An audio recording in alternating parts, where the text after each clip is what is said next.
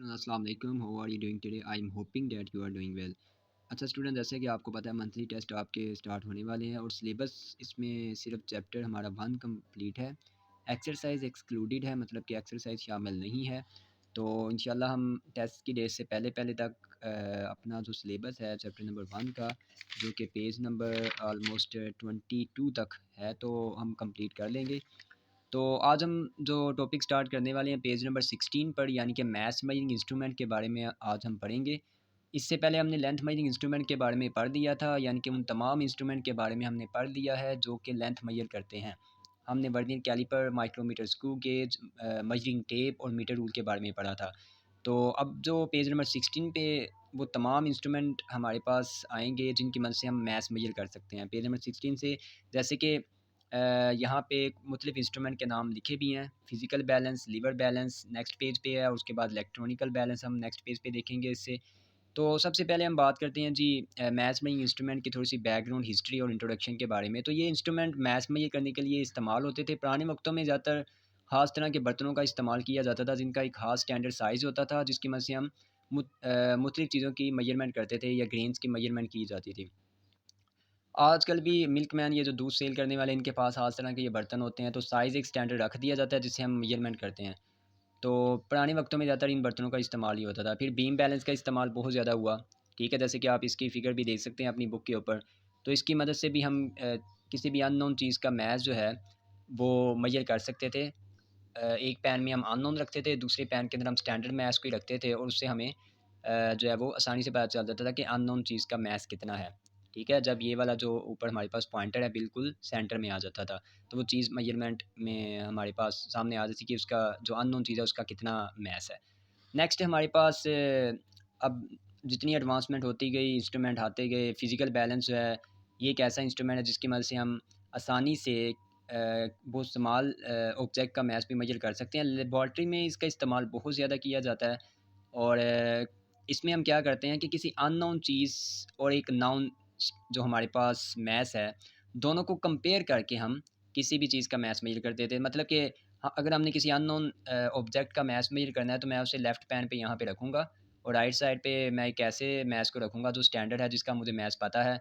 तो फिर हम क्या करते हैं, पॉइंटर को ज़ीरो पोजीशन पर लाने के लिए हम राइट पैन पे मुख्तलिफ़ तरह के जो स्टैंडर्ड मैसेज हैं उनको चेंज करते रहते हैं और जब ये पॉइंटर बिल्कुल ज़ीरो पोजीशन पर आ जाता है, तो फिर हमें पता चल जाता है कि जो लेफ़्ट पैन पे ऑब्जेक्ट है और जो राइट साइड पे जो हमारा स्टैंडर्ड मैथ्स है, दोनों का जो मैथ्स है वो सेम हो गया है।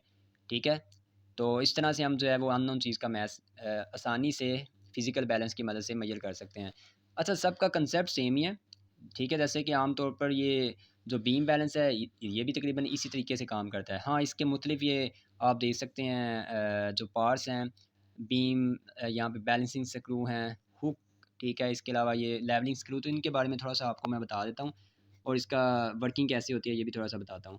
ये लेवलिंग स्क्रू, सबसे पहले तो हम जब इस इंस्ट्रूमेंट को इस्तेमाल करने लगते होते हैं, तो हम लेवल करते हैं ज़मीन के ऊपर या टेबल के ऊपर इस इंस्ट्रूमेंट को। तो उसके लिए हम इन लेवलिंग स्क्रू का इस्तेमाल करते हैं और अपने इंस्ट्रूमेंट को लेवल करते हैं। बिल्कुल एक हॉरिज़ॉन्टल पोज़ीशन में लेके आते हैं। यानी कि कोई हिस्सा ज़्यादा नीचे ना हो या दूसरा हिस्सा ज़्यादा ऊपर ना हो। तो इनकी मदद से हम पहले लेवल करते हैं। देन हम क्या करते हैं, अरेस्टमेंट नोब की मदद से हम इस बीम को थोड़ा-सा ऊपर की तरफ करते हैं, ताकि हम इस पॉइंटर की पोज़ीशन को बिल्कुल ज़ीरो के ऊपर लेके आ सकें। यहाँ पे एक स्केल आपको नज़र आ रहा होगा, इसके ऊपर डिवीज़न्स लिखी होती हैं। तो हम इसको ज़ीरो डिवीज़न के ऊपर लेके आते हैं पॉइंटर को, अरेस्टिंग नोब को थोड़ा-सा यहाँ यहाँ पे रेस्टिंग नोब का इस्तेमाल करके बीम की पोजीशन को ऊपर करते हैं। उसके बाद हम क्या करते हैं, जब ये ज़ीरो पोजीशन पे पॉइंटर आ जाता है, हम दोबारा से जो एडजस्टमेंट नोब है, इसमें हम इसको दोबारा से नीचे करते हैं बीम को और इसे सपोर्ट के ऊपर खड़ा कर देते हैं। यानी कि ये जो हमारे पास लेवलिंग स्क्रू है, इसके ऊपर दोबारा से इसको पूरे इंस्ट्रूमेंट को लेवल कर देते हैं और फिर हम यहाँ पे जो लेफ़्ट और राइट पैन है, इसके ऊपर हम मुख्तलिफ़ साइज़ेज़ के जो मैसेज हैं उसे रखते हैं। यानी कि लेफ़्ट पैन पे हम अननोन कोई मैथ्स रख देंगे जिसका मैथ्स हमने निकालना है और राइट पैन के अंदर हम कोई स्टैंडर्ड मैथ्स रखेंगे और फिर हम देखेंगे क्या पॉइंटर जो है वो ज़ीरो पोजीशन पे है। ऑब्वियसली वो ज़ीरो पे नहीं होगा, तो उसको ज़ीरो पे लाने के लिए हम स्टैंडर्ड मैसेज को चेंज करते जाएंगे और फिर हम देखेंगे कि जब ये ज़ीरो पर आ गया, तो फिर जो हमारे पास स्टैंडर्ड मैथ्स होगा और जो हमारे पास अननोन मैस है, दोनों का जो वेट आप कह सकते हैं वो इक्वल हो जाएगा। तो इस तरह से आसानी से हम किसी अननोन ऑब्जेक्ट का मैस मेजर कर सकते हैं by comparing the mass of the unknown with the standard mass. तो एक स्टैंडर्ड मैस के साथ कंपेयर करके हम आसानी से अननोन चीज़ का मैस मेजर कर लेते हैं। अच्छा, ये तो हो गया इसकी थोड़ी सी वर्किंग। और ये नेक्स्ट पेज पे ये एग्जांपल आपको नज़र आ रही है, ये सारी इसी वर्किंग को ही बताया हुआ है। तो जो मैंने आपको अभी समझाया है, तो इसको अभी करने की ज़रूरत नहीं है। प्रैक्टिकल जब हम करेंगे तो आपका ये आइडिया ज़्यादा क्लियर होगा। 1.3 एग्जांपल आपके अभी मंथली टेस्ट में नहीं शामिल, तो इसको अभी आप छोड़ दें। हाँ, ये एक साइड पे इंटरेस्टिंग इन्फॉर्मेशन में एक लेबॉर्ट्री सेफ्टी इक्विपमेंट्स भी दिखाया हुआ है, जैसे कि आप सब बच्चों को इससे थोड़ा सा पहले भी अवेयरनेस होगी। इसे फायर एक्सटिंग्विशर कहा जाता है, जो कि आग बुझाने के लिए इस्तेमाल किए जाते हैं। तो ये भी लेबॉर्ट्री के अंदर सेफ्टी इक्विपमेंट्स के तौर पर यूज़ होते हैं। अच्छा, नेक्स्ट हम देखते हैं जी लीवर बैलेंस। तो लीवर बैलेंस का मकसद भी मैच मेजर करना होता है। इसका भी सेम वही प्रोसीजर है, वही कंसेप्ट है जो कि हम पीछे फिज़िकल बैलेंस का पढ़ के आ चुके हैं। इसमें हम राइट पैन पे, जैसे कि डायग्राम में आप देख भी सकते हैं कि राइट पैन पे कोई हम अननोन ऑब्जेक्ट यहाँ पे रख दिया है, और लेफ़्ट पैन पे हमने कोई स्टैंडर्ड मैच रख दिया है। ठीक है, और हम देखेंगे पॉइंटर की जो पोजीशन है वो ज़ीरो पर अगर आ जाती है तो दोनों का जो मैच है वो सेम होगा। और अगर ये ज़ीरो पर नहीं आती तो हम क्या करेंगे कि इस जो हमारे पास ये जो स्टैंडर्ड मैसेज हैं, इनको हम चेंज करके देखते जाएंगे, और जब ये ज़ीरो पे आ जाएगा तो हमें अननोन जो ऑब्जेक्ट है उसका मैच पता चल जाएगा। तो ज़ीरो पर ला के हम आसानी से किसी अननोन ऑब्जेक्ट का मैच मेजर कर सकते हैं, और यहाँ पे हम स्टैंडर्ड मैसेज को चेंज करते रहते हैं। तो ये हो गया हमारे पास। अच्छा, ये आपने मुकम्मल करना है लीवर बैलेंस के बारे में। नेक्स्ट हमारे पास अगले पेज पे, पेज नंबर 18 पे इलेक्ट्रॉनिकल बैलेंस के बारे में बताया हुआ है। तो इलेक्ट्रॉनिकल बैलेंस का इस्तेमाल भी आजकल बहुत ज़्यादा किया जाता है, ख़ासतौर पर जो मुख्तलिफ रेंजेस के अंदर ही आते हैं।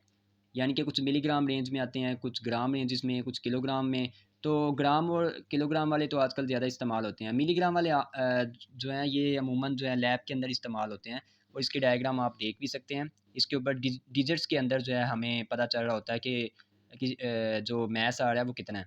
ठीक है, यानी कि 3 kg है, 4 kg है, तो वो डिजिट्स में लिखा हुआ आ रहा होता है हमारे पास यहाँ पे एक स्क्रीन के ऊपर। तो इसका प्रिंसिपल क्या है, यानी कि कैसे काम करता है। सबसे पहले जब हम इसे यूज़ करने लगे हैं तो हम क्या करते हैं, इसको ऑन करते हैं, बट ऑन का बटन प्रेस करके उसके बाद हम अगर इसके ऊपर कोई रीडिंग लिखी हुई आ रही है तो हम ज़ीरो का बटन प्रेस करके इसको ज़ीरो कर लेते हैं। ठीक है, तो जब ज़ीरो हम इसको कर लेते हैं उसके बाद हम इसके अंदर या कोई चीज़ रखते हैं, या किसी भी चीज़ जिसका मैस हमने मेजर करना है वो यहाँ पे प्लेस करते हैं, और आसानी से उसकी मेजरमेंट कर लेते हैं कि वो कितना वज़नी है या उसका कितना मैस है। आमतौर पर ये आपको जैसे कि नज़र आ रहा है कि एक हमारे पास क्यूब नुमा ये एक ऑब्जेक्ट है, तो इसके अंदर इसको मतलब कि एक प्लेट है जिसके अंदर हम कोई चीज़ रख के मेजरमेंट करते हैं। तो इसका मकसद यही होता है कि हवा का जो इवन के अगर दबाव होता है वो भी इस प्लेट के ऊपर ना आए, और रीडिंग जो हमारी है बिल्कुल एक्यूरेट आए। तो ये सिर्फ इसको क्यूब के अंदर रखने का यही पर्पज़ होता है। अच्छा, ये तो थोड़ा हो गया हमारे पास इलेक्ट्रॉनिकल बैलेंस के बारे में, ये भी आपने मुकम्मल याद करना है। नेक्स्ट हमारे पास ये जितने भी इंस्ट्रूमेंट हमने पढ़े हैं मैथ्स में, इनके लीस्ट काउंट के बारे में लिखा हुआ है।